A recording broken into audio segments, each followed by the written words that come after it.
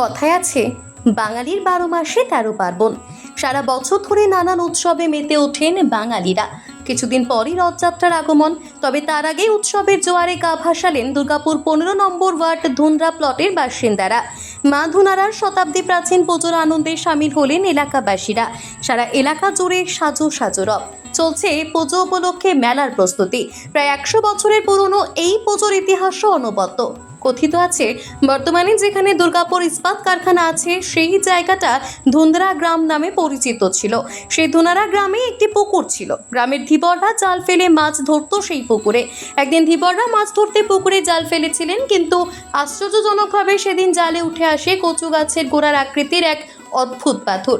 সে সময় পুকুর পাড়ে চাষিরাও কাজ করছিলেন। এই অদ্ভুত পাথরটি দেখে তারা সেই পাথরটির সঙ্গে করে ঘরে নিয়ে যাওয়ার পরামর্শ দেন ধীবরদের।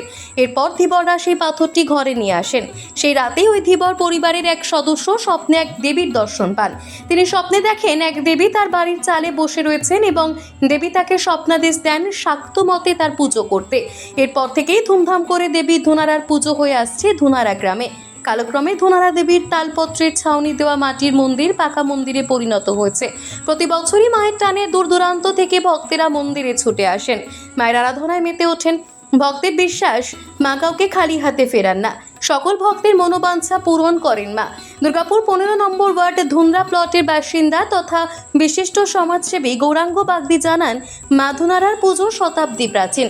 গঙ্গা পুজোর দিন থেকে এই পুজো শুরু হয়। এরপর 3 দিন ধরে চলে এই পুজো। শাক্তমতে পূজিতা হন দেবী, তাই বলি প্রথার প্রচলন রয়েছে। মন্দিরের প্রণামী এবং সকল এলাকাবাসীর ঐকান্তিক প্রচেষ্টায় এই পুজোর জোগাড় করা হয়। মা ধুনারার পুজোয় প্রচুর ভক্তের সমাগম ঘটে।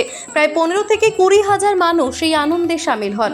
সকাল থেকেই মন্দির চত্বরে ভক্তদের ভিড় লেগে থাকে। তাই এই তীব্র দাবদাহে তৃষ্ণার্ত ভক্তদের তথা পথ চলতি মানুষদের মধ্যে ঠান্ডা দইয়ের শরবত বিতরণ করা হয় বিশিষ্ট সমাজসেবী সাগর গড়াইয়ের আর্থিক সহায়তায়। পুজো শেষে পুজো উপলক্ষে মাঠে 15 দিন ব্যাপী বিশাল মেলার আয়োজন করা হয়। সেই সঙ্গে নানান সাংস্কৃতিক অনুষ্ঠানও অনুষ্ঠিত হয়। আজকে আমাদের ধুনাপাড়ে অতি প্রাচীন এবং জনপ্রিয় একটা আমাদের উৎসব অনুষ্ঠিত হয় প্রতি বছর। তো সেই উপলক্ষে আজকে এই তীব্র দাবদাহে যে সাধারণ মানুষকে আমরা তৃষ্ণা মেটাবার জন্য আজকে দই শরবতের একটা পরিষেবা দিচ্ছি। সেই অনুষ্ঠানটা এখন পর্যন্ত আমাদের চলছে। কত বছর ধরে চলে আসছে এই ধুনাপাড় বুড়ি গাজন আমাদের অতি প্রাচীন। আমাদের বাবা তার বাবা সেই আমল থেকে চলে আসছে।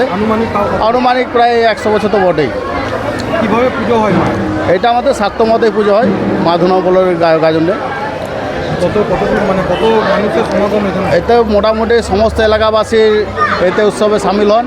এমনকি বাইরে থেকে প্রতিটা পরিবারে আত্মীয় স্বজন আসেন। মোটামুটি 15 থেকে 20 হাজার লোকের সমাগম হয়। কী কী করা হয় পুজোতে? আপনার 3 দিন ধরে উৎসব চলে আমাদের। তো আজকে বলিদান হবে এবং আগামীকাল এটা শেষ হবে। এটা শুরু হয়েছে আমার 9 তারিখ থেকে শুরু হয়েছে। প্রথম দিন আমাদের গঙ্গা পুজোর দিনে শুরু হয়। প্রথম দিনে আমাদের বার কামান হয়। দ্বিতীয় দিনে আমাদের রাত পুজো হয়েছে গতকাল, এবং আজকে বলির প্রথা আছে। আর আগামীকালে এটা আমাদের সকালে পরিসমাপ্তি ঘটবে। গৌরাঙ্গ বাগ। দুর্গাপুর থেকে বিধানচন্দ্র গাঙ্গুলির report, crime press Bengal news. তোমার আমার সকলেরই একটাই পছন্দ, মাদার্স চয়েস। ঘরে সুগন্ধি ভাত, প্রতিদিনের রান্নায় নিখুঁত স্বাদ, চাই উন্নত মানের চাল। তাহলে আর দেরি কেন? আজই যোগাযোগ করুন ধনরাজ অ্যাগ্রো ইন্ডাস্ট্রিজ প্রাইভেট লিমিটেডে। আমরা আনি আপনার টেবিলে খাঁটি ও মানসম্মত চাল মাদার্স চয়েস নামে। একবার ব্যবহার করুন, আর ফিরে তাকাতে হবে না। বিশ্বাসে গড়া গুণগত মানে সেরা মাদার্স চয়েস। মা যেমন চান, চাল তেমনই। যোগাযোগের জন্য এখনই কল করুন 8509752023 এই নম্বরে।